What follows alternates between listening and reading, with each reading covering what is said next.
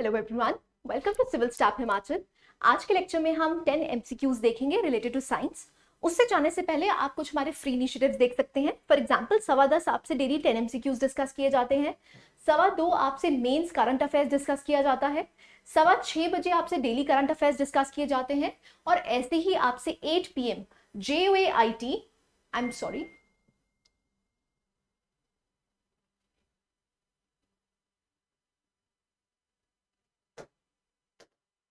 Okay so 8 PM आपसे JOAIT और ऐसा एग्जाम से रिलेटेड क्वेश्चंस पूछे जाते हैं। Let's start. क्वेश्चन नंबर 1 देखिए, consider the following statements regarding the earthing pin in a 3-pin plug. First statement दे रखी है, it is longer than the other two ensure that the gadget is earth first. Second statement है, it is thicker so that even by mistake it cannot be inserted into the live hole of the socket. Or is it 3, it is thicker and longer so that its resistance is considerably less than that of the other pins. So आपको correct statements बतानी है। पहली statement जो पहला option है that is 1 and 2, B option है that is 1 and 3, C option है that is 2 and 3, और is it D that is 1, 2 and 3। So आप वीडियो को पॉज कीजिए और अपना आंसर मार्क कीजिए। Okay, so answer for this particular question is that is A. अब देखिए यहां पर पहली स्टेटमेंट करेक्ट है। आप देखेंगे जनरली जब आप पिन लगाते हैं, सॉकेट लगाते हैं, तो वहां पर क्या होता है, जो सबसे ऊपर वाली होती है वो सबसे लंबी होती है। क्यों? क्योंकि वो अर्थिंग के लिए यूज होती है। तो क्या होता है कि सबसे पहले वो इंटरेक्ट करे जिससे आपका अप्लायंस खराब ना हो। तो सबसे पहले अप्लायंस को क्या किया जाता है, इसको करा जाता है, अर्थ किया जाता है, राइट। ऐसे ही सेकंड स्टेटमेंट भी है, वो थिकर होती है, मोटी होती है। मोटी क्यों होती है कि जिसकी वजह से आपको कोई कंफ्यूजन ना हो, गलती से भी वो आप लाइव पेन में ना डाल दें, राइट। सो यहां पर आप देख सकते हैं एक्सप्लेनेशन वही है। लॉन्गर क्यों है कि it is first to connect and the last to disconnect, जिसकी वजह से आपका अप्लायंस क्या है, सेफ रहता है। ऐसे ही ये थिकर क्यों है कि जिससे कि आप गलती से भी इसको लाइव वायर वाले सॉकेट में ना डाल दें, राइट। नेक्स्ट क्वेश्चन पे मूव करते हैं। Question number 2, the density of sea water increases. अब डेंसिटी पूछा है, सी वाटर की कब इंक्रीज करती है। A, depth and salinity decreases, B, depth decreases and salinity increases, C, depth increases and salinity decreases, और is it D, depth and salinity increases. So video को pause कीजिए और अपना आंसर मार्क कीजिए। Okay, so answer for this particular question is D. देखिए जैसे जैसे आप डेप्थ पे जाएंगे तो प्रेशर इंक्रीज होगा, जैसे जैसे प्रेशर इंक्रीज होगा तो डेंसिटी भी इंक्रीज होगी। जितनी ज्यादा वाटर में सॉल्ट कंटेंट ज्यादा होगा उतना ही वो डेंस होगा, राइट। सो जो डेंसिटी है वो किन चीजों पर डिपेंड करती है उसके बारे में पढ़ लीजिए।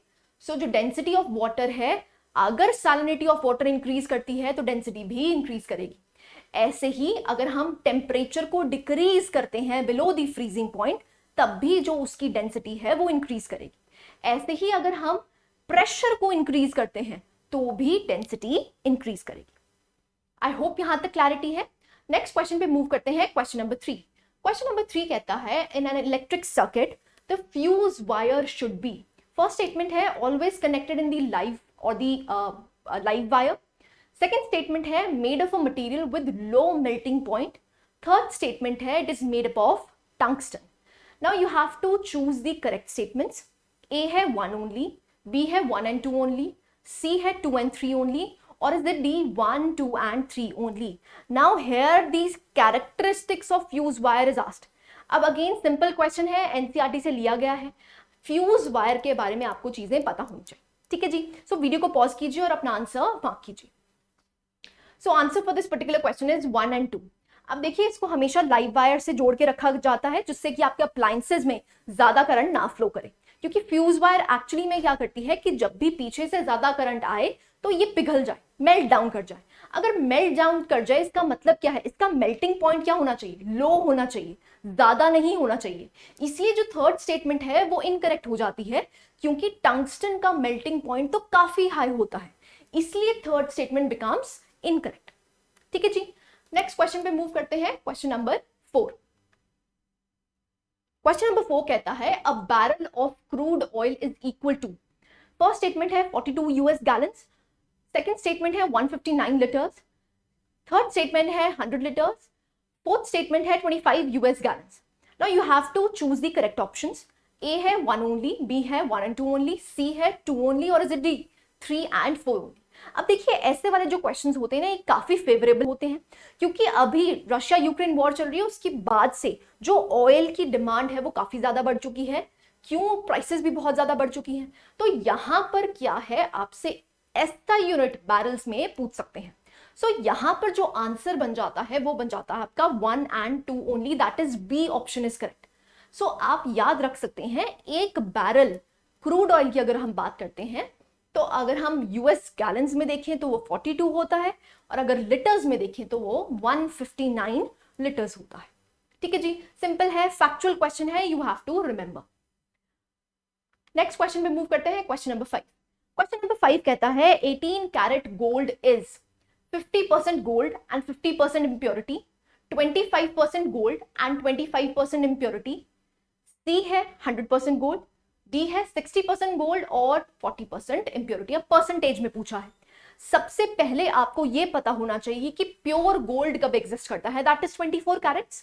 सो हम कह सकते हैं कि जो 24 कैरेट्स है that has 100% of gold. 1 carat में कितना होगा 100/24. अब पूछा कितना गया है 18 कैरेट, सिंपल यूनिटरी मेथड. ठीक है, तो 100/24 into 18 that comes out to be 75% of gold. तो 75% ऑफ गोल्ड है उसमें और 25% इम्प्योरिटी. अब इम्प्योरिटी का मतलब यहां पर क्या होता है, जनरली यहां पर कॉपर या फिर सिल्वर को मिक्स किया जाता है. राइट, वो मिक्स क्यों किया जाता है, क्योंकि जो आपका प्योर गोल्ड है वो काफी सॉफ्ट होता है, उसकी ज्वेलरी नहीं बन पाती. तो generally what we use is 18 carat gold और we use as 22 carat gold. So 18 carat gold में आप कह सकते हैं 75% गोल्ड है, बाकी जो बचा है वो या तो कॉपर होगा या सिल्वर होगा या दोनों का अमालगम होगा. ठीक है जी, दिस इज क्वेश्चन नंबर 5. सो आप देख सकते हैं एक्सप्लेनेशन वही है. नेक्स्ट आता है क्वेश्चन नंबर 6. क्वेश्चन नंबर 6 कहता है LED lamps as compared to CFLs, जो कि कॉम्पैक्ट फ्लोरोसेंट लैंप्स होती हैं, उनके लिए आपने स्टेटमेंट्स करेक्ट बतानी है. फर्स्ट स्टेटमेंट है offer longer service life, second statement है are more energy efficient, third statement है दे आर चीपर. तो आपको यहां पर सिलेक्ट करने हैं करेक्ट पे. सो ए है 1 ओनली, बी है 2 ओनली, सी है 1 and 2 और इज इट डी 1, 2 and 3. अब देखिए ये वाला जो क्वेश्चन है यूपीएससी ने भी पूछा है, थोड़ा डिफरेंट है बट पूछा यही है. एलईडी और सीएफएल में डिफरेंस पूछा है. सो यहां पर क्वेश्चन इंपॉर्टेंट हो जाता है. क्यों? नंबर 1 ये आपकी एनसीईआरटीज में गिवन है, नंबर 2 ये आप रोजमर्रा की जिंदगी में यूज करते हैं. राइट, सो यहां पर आपको डिफरेंसेस पता होने चाहिए एलईडी और सीएफएल में. सो वीडियो को पॉज कीजिए और अपना आंसर मार्क कीजिए. Answer for this particular question is C 1 and 2. सो हम क्या करने की कोशिश कर रहे हैं, हम सीएफएल जो यूज करते हैं अब उसको रिप्लेस कर रहे हैं हम किससे, एलईडी से. क्यों कर रहे हैं? तो ऑब्वियस सी बात है जो इनकी एनर्जी एफिशिएंसी होगी वो ज्यादा होगी, तभी तो हम एलईडी में मूव कर रहे हैं. दूसरी बात क्या है, यहां पर आपको लॉन्गर सर्विस लाइफ भी देखने को मिलेगी. राइट, सो इसीलिए भी ये क्वेश्चन इंपॉर्टेंट हो जाता है. सो आप देख सकते हैं यहां पर एलईडी और सीएफएल में आपको डिफरेंसेस दिए हुए हैं. तो जो सीएफएल है it is less expensive and LED is slightly more expensive. लेकिन अगर हम बात करते हैं इनकी लाइफ की, तो जो सीएफएल है अप्रोक्सीमेटली 9 years लॉन्ग करती है, ऐसे ही यहां पर देखते हैं तो इट इज 20+ years. सो यहां पर इनकी लॉन्गर लाइफ भी है और एनर्जी एफिशिएंसी भी ज्यादा किसमें देखने को मिलेगी, दैट इज एलईडीज. अब एलईडीज में हम क्या यूज कर रहे हैं, डायोड्स का यूज कर रहे हैं, तभी इट बिकम्स एक्सपेंसिव.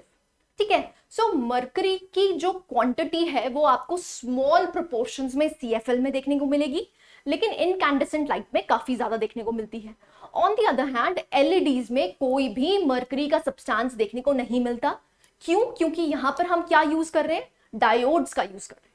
ठीक है जी, आई होप यहां तक क्लैरिटी है. नेक्स्ट क्वेश्चन पे मूव करते हैं, दैट इज क्वेश्चन नंबर 7. अब देखिए क्वेश्चन नंबर 7 क्या कहता है, electric appliances have star ratings on them. अब उन्होंने बोला है कि अगर ज्यादा नंबर ऑफ स्टार्स, देखिए जो भी अप्लायंसेस लेते हैं, एसी लिया आपने, फ्रिज लिया, तो वहां पर ना स्टार रेटिंग होती है, बोलते हैं ये 1 स्टार है, ये 2 स्टार है, 3 स्टार है, ऐसे ही 5 स्टार है. अब ये स्टार रेटिंग का मतलब क्या होता है, सो फर्स्ट स्टेटमेंट दे रखी है longer the life span of the appliance, second है more stringent the quality checks, third है higher the energy efficiency of the appliance.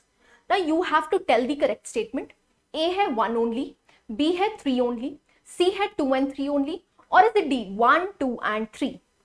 So video को पॉज कीजिए और अपना आंसर मार्क कीजिए.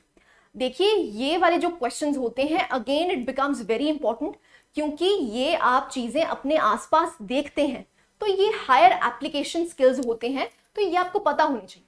तो यहां पर अगर हम रेटिंग की बात कर रहे हैं तो we are talking about the energy efficiency only. जितनी ज्यादा स्टार रेटिंग होगी उतना ही अप्लायंस एनर्जी एफिशिएंट होगा. दैट इज वाई हर कोई आपको बोलता है कि 5 स्टार वाली रेटिंग का जो है अप्लायंस लेना चाहिए. क्यों? क्योंकि उसमें बिजली की खपत कम होती है. सो इसका मतलब क्या एनर्जी एफिशिएंट है. सो यहां पर अगर हम स्टार्स की बात कर रहे हैं we are talking about the energy efficiency only. ठीक है जी. सो यही मैंने आपको एक्सप्लेन किया हुआ है. अब आपको क्या याद रखना है, इंडिया में स्टार रेटिंग सिस्टम को डिवाइस किसने किया था, बनाया किसने था. सो इट इज BEE, जो कि है ब्यूरो ऑफ एनर्जी एफिशिएंसी. ये भी याद होना चाहिए. ठीक है जी. नेक्स्ट क्वेश्चन पे मूव करते हैं. Question number 8. क्वेश्चन नंबर 8 कहता है the tonnage 1 ton, 2 ton, etc.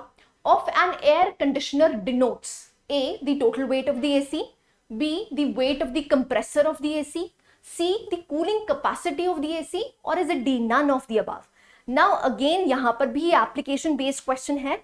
आप जनरली अपने घरों में एसीज लगवाते हैं तो 1 ton, 1.5 ton, 2 tons का लगवाते हैं, तो उसका मतलब क्या है वो आपको पता होना चाहिए.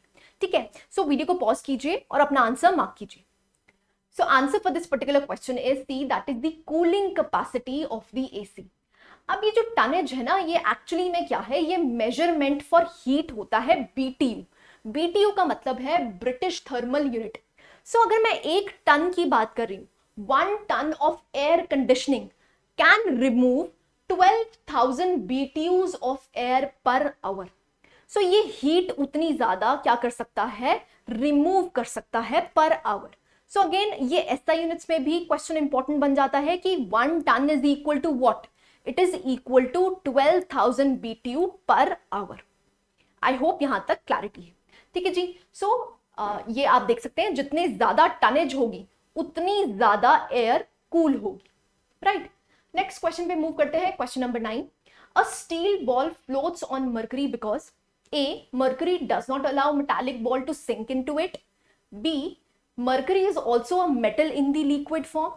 C, the density of the mercury is higher than that of the steel. Or is it D, a steel ball can be made to float on any liquid by suitable adjustment.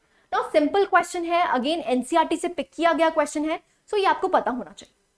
Video को pause कीजिए और अपना answer mark कीजिए. सो answer for this particular question is C. Simple है. कोई चीज किसी पे फ्लोट क्यों करती है, इसका मतलब उसकी डेंसिटी कम है. सो यहां पर क्या है, the density of mercury is higher than that of the steel, that is why steel floats on it. Done. Next question पे मूव करते हैं. Question number 10, last question for the day. A microwave oven cooks food faster because. First statement है microwave carry a lot of energy. Second statement है microwaves are directly absorbed by food molecules, setting them into vibrations. Third statement है very little energy is wasted in heating the utensil and the surroundings. Now you have to choose the correct option. A, 1 only, B, 2 only, C, 2 and 3 only, or is it D, 1, 2 and 3. Now microwaves का usage आपको हर घर में देखने को मिलता है. ये microwaves actually में वर्क कैसे करते हैं, इसलिए ये क्वेश्चन इंपॉर्टेंट बन जाता है. तो यहां पर जो आंसर है वो क्या होगा, that is C, 2 and 3 only. अब देखिए यहां पर माइक्रोवेव्स एक्चुअली में क्या करते हैं, जो फूड आर्टिकल्स आप बनाते हैं उसमें क्या प्रेजेंट होता है, वाटर मॉलिक्यूल्स प्रेजेंट होते हैं. सो वाटर मॉलिक्यूल्स एक्चुअली में क्या करते हैं, माइक्रोवेव्स की एनर्जी बहुत जल्दी अब्सॉर्ब कर लेते हैं, जिसकी वजह से गर्म हो जाते हैं. प्लस ये जो यूटेंसिल को गर्म नहीं करता, सराउंडिंग्स को गर्म करने में ज्यादा एनर्जी वेस्ट नहीं करता, इसकी वजह से भी क्या होता है, जो आपका खाना है वो जल्दी क्या हो जाता है, गर्म हो जाता है. ठीक है. सो यहां पर वही एक्सप्लेन किया गया है कि जो वाटर मॉलिक्यूल्स हैं in the food absorb the microwave and become very hot. Right? So this was it. आप कुछ हमारे free initiatives और paid initiatives देख सकते हैं. So this was all about this MCQ series. Thank you very much.